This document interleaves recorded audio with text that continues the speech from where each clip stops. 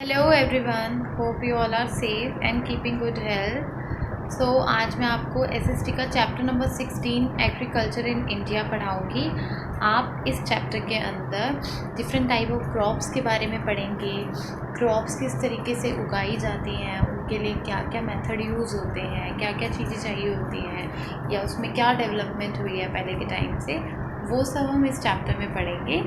So let's start the reading. Farming is a major occupation in India and Indian farmers grow a variety of crops. So, farming को एक major occupation कहा गया है India के लिए because यहाँ के जो फार्मर्स हैं वो डिफरेंट टाइप्स की क्रॉप्स को ग्रो करते हैं और जितने भी पॉपुलेशन विलेजेस में रहती है इंडिया में वो ज़्यादातर फार्मिंग ही करती है। उनका मेन ऑक्यूपेशन फार्मिंग ही है। सो इसको एक मेजर ऑक्यूपेशन कहा गया है इंडिया का। टू टाइप्स ऑफ क्रॉप्स होती हैं। First one is food crop and second one is cash crop. जो फूड क्रॉप्स होती हैं वो जो फार्मर्स इसलिए ग्रो करते हैं अपने पर्सनल यूज़ के लिए या फिर उन्हें बेचने के लिए उगाते हैं। कैश क्रॉप्स जो होती हैं वो सिर्फ और सिर्फ सेल करने के लिए होती हैं। वो सिर्फ और सिर्फ फार्मर्स इसीलिए उगाते हैं कि वो उनको बेच सकें, उनसे कोई बिजनेस कर सके। Crops are cultivated in, so crops अलग अलग टाइप से उगाई जाती हैं अलग अलग तरीके से। So first one is fields, जिनको खेत कहते हैं। खेतों में जो उगाई जाती हैं फसलें। Small areas of land for crops like wheat, rice and mustard. So जो फार्मर्स होते हैं वो फील्ड के अंदर वीट, राइस या मस्टर्ड उगाते हैं। एक छोटा एरिया होता है जो small area of land. Second is plantation. So plantations में क्या होता है कि लार्ज एरिया होता है, वहाँ पे सिर्फ और सिर्फ प्लांट और ट्री उगाए जाते हैं, जैसे कि टी या फिर कोकोनट के। ऑर्चर्ड्स जो होते हैं उसमें ये एक तरीके से फार्म्स होते हैं that only grow fruit tree, जो जहाँ पे सिर्फ और सिर्फ फ्रूट ट्री ही उगाए जाते हैं like mango and apple tree. So next topic is food crops. Food crops के बारे में हम पढ़ेंगे डिटेल में।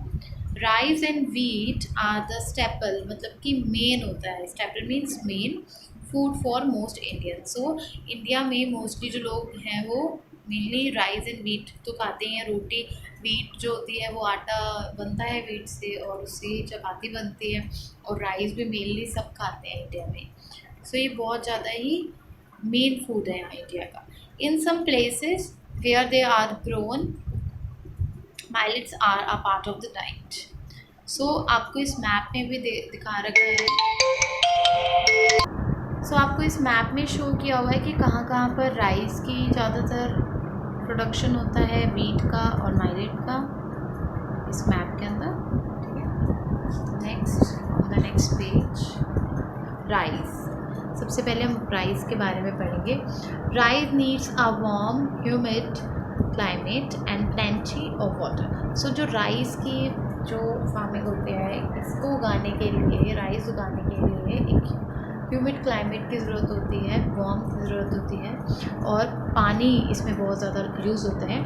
The main rice growing areas are parts of the northern plains. जहाँ जहाँ पे मेन राइस उगाया जाता है वो है नॉर्थन प्लेन, द साम valley, parts of the plateau region and the coastal areas of east and west India. So इन parts में इंडिया के चावल उगाए जाते हैं। In the east and the south, east और साउथ में where there is enough water, जहाँ पे पानी की कोई कमी नहीं है, वहाँ पे पानी अच्छे से मिल जाता है क्रॉप्स के लिए। So farmer grow 2 or 3 crops of rice in a year. तो वहाँ पर पूरे साल में 2 या 3 बार चावल की खेती की जाती है।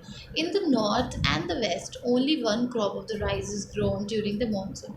और नॉर्थ और वेस्ट साइड में वहाँ पर साल में सिर्फ एक बार ही चावल उगाया जाता है, वो भी तब जब मानसून आता है। Okay, next one is wheat.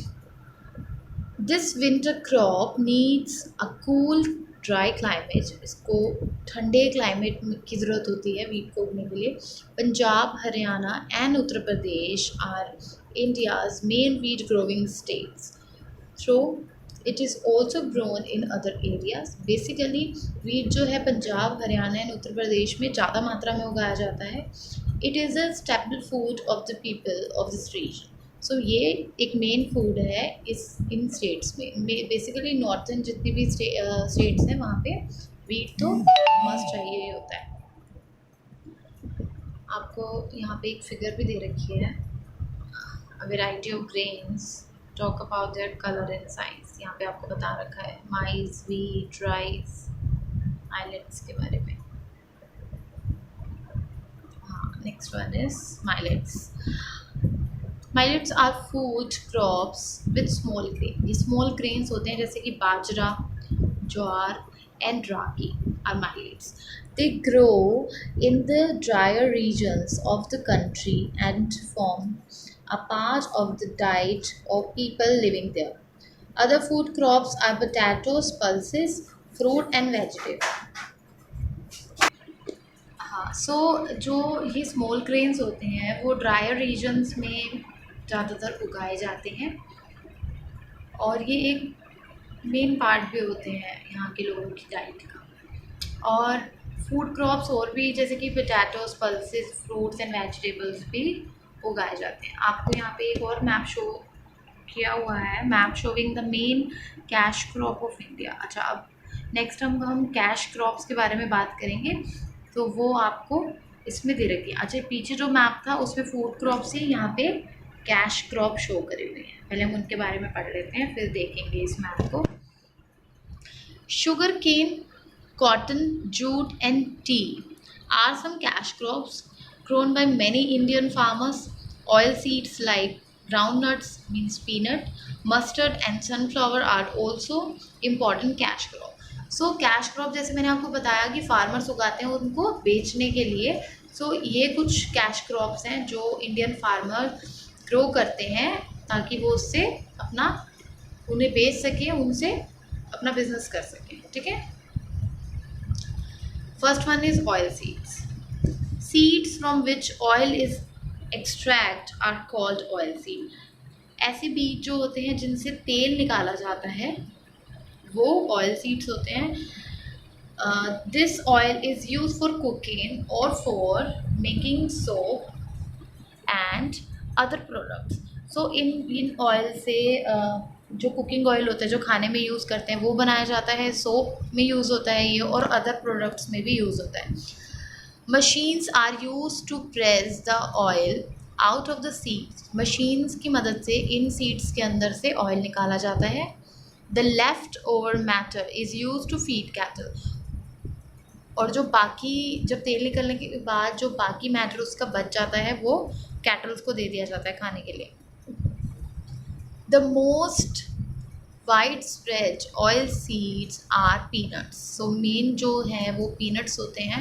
Oil is also extract from the seed of sunflower and mustard plant. So main जो है peanuts oil use होता है and sunflower oil use होता है and mustard oil जो सरसों का तेल हम लोग use करते हैं। Oil seeds are grown in many places like the Deccan Plateau and the drier areas in the west. So oil seed जो होते हैं वो Deccan Plateau में, क्योंकि ये drier areas में grow होते हैं तो Deccan Plateau में and west side पे, west areas में grow किए जाते हैं। Next one is cotton. Cotton grows well in the black soil and in a warm, dry climate which helps the cotton bolls to ripen and burst. So cotton जो है वो black soil में बहुत अच्छे से ग्रो करती है और इसको वार्म एंड ड्राई क्लाइमेट चाहिए होता है। In cotton fabric is made from the fibres of the cotton ball. जो कॉटन फैब्रिक होता है जिसके कपड़े बनते हैं वो कॉटन बॉल से बनता है। The chief cotton growing areas are Punjab, Haryana, Maharashtra, Madhya Pradesh, Gujarat, Karnataka, Andhra Pradesh and Tamil Nadu. So इन स्टेट्स में कॉटन ग्रो किया जाता है ज़्यादा से ज़्यादा। यहाँ पे आपको दिखाया भी हुआ है कॉटन का, कॉटन प्लांट दिखा रखा है। A ripe cotton ball ready to be picked. Next one is sugarcane. Sugarcane needs a warm climate and enough water. Sugar is made from sugarcane juice. जो शुगरकेन को उगाने के लिए warm climate चाहिए होता है और जो शुगरकेन होता है, गन्ना होता है, उसके रस से ही चीनी बनाई जाती है, शुगर बनाई जाती है। Most of the India sugarcane come from Uttar Pradesh. तो main Uttar Pradesh, Maharashtra, Andhra Pradesh, so mainly in states में उत्तर प्रदेश, महाराष्ट्र, आंध्र प्रदेश, कर्नाटक एंड तमिलनाडु, यहाँ पे शुगर केन उगाया जाता है। Next one is jute. Jute needs a hot, damp climate. The fiber from the jute plant is used for making bags, carpet, fabric, rods, etc. So jute plant जो होता है वो hot, damp climate में उगता है और इस fibre से बैग्स बनाए जाते हैं, कारपेट्स आपने देखे होंगे, आपके घर पे भी होंगे जूट के जो बैग्स होते हैं, कारपेट्स बनते हैं इससे, फैब्रिक एंड रोब्स जो रस्सियाँ होती हैं वो भी इससे बनती हैं। Jute grows mostly in West Bengal, ये वेस्ट बंगाल में ज़्यादातर प्रोड्यूस किया जाता है। Some is also grown in Assam, Bihar and Orissa, और बाकी इन स्टेट्स में भी जूट प्रोड्यूस किया जाता है। Next is T. Tea needs a warm, humid climate. The tea plant cannot grow in standing water. The water needs to drain away, so it is usually grown on hill floor. So जो T होती है, जो T जहाँ उगाई जाती है, सो वहाँ पर इसको वार्म और ह्यूमिड क्लाइमेट चाहिए होता है, और जो चाय की खेती की जाती है वो स्टैंडिंग वाटर में नहीं हो सकती है, मतलब इसको स्लोपिंग एरिया चाहिए होता है ताकि इसमें पानी ना रुके और पानी इसमें से ड्रेन आउट हो जाए। तो इसीलिए ये ज़्यादातर हिल स्लोप्स पे उगाई जाती है। For example Assam and West Bengal are the main tea producing states. Main यहाँ की जो हिल्स होती हैं उन पर टी फार्मिंग की जाती है, चाय की पत्ती उगाई जाती है, बिकॉज़ यहाँ पे टेरेस फॉर्मिंग होती है, सो उसमें पानी नहीं रुकता है, अगर बारिश आती है तो उसको वो ड्रेन आउट होता रहता है। Some tea is also grown in the hilly regions of the south, और साउथ के भी जो हिली रीजन्स है वहाँ पे भी टी प्रोड्यूस की जाती है। Next is coconut. Coconut requires a high temperature and plenty of rainfall all the year round. Every part of the coconut tree, the trunk, leaves, shells, fiber and fruits can be used in different ways.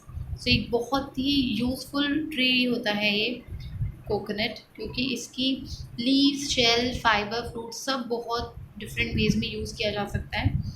Most of the coconut crops in India are grown in Kerala, Karnataka and Tamil Nadu. So mainly यहाँ पर केरला जो coastal areas है वहाँ पर ज़्यादातर उगाया जाता है, केरला, कर्नाटका एंड तमिलनाडु में।